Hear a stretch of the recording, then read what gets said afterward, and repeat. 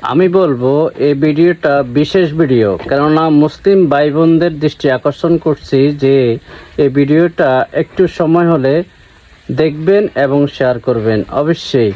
দেখুন ওই দাদু ভাইটা কি বলতেছে। মৃত ব্যক্তিকে গোসল করানোর সময় ঘনিষ্ঠ একজন সাথে থাকবে।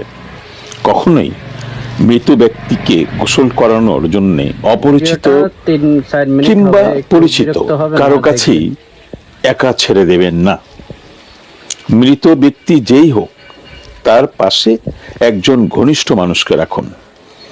কখনোই মৃত ব্যক্তিকে একা ছেড়ে দেবেন না অন্য কারোর হাতে।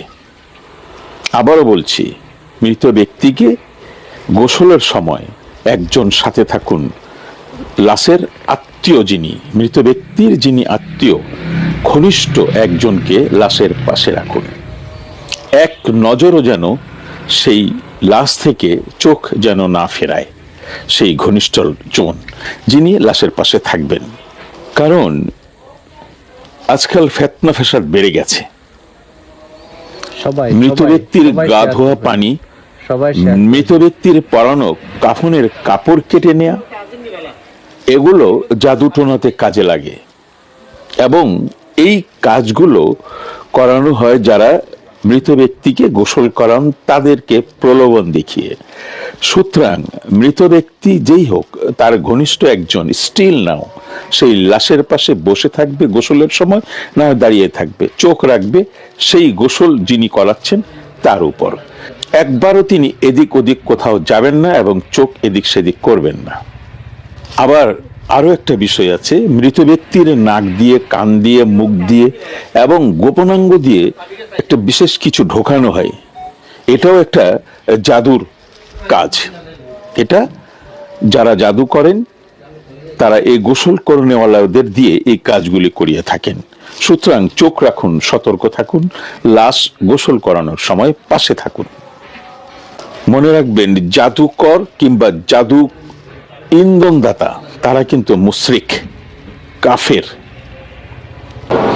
এই সব কিছু দিয়ে জাদু করা হয় মানুষকে অসুস্থ করার জন্যে, মানুষকে পাগল করার জন্যে এবং ধীরে ধীরে তাকে শেষ করে দেওয়ার জন্য।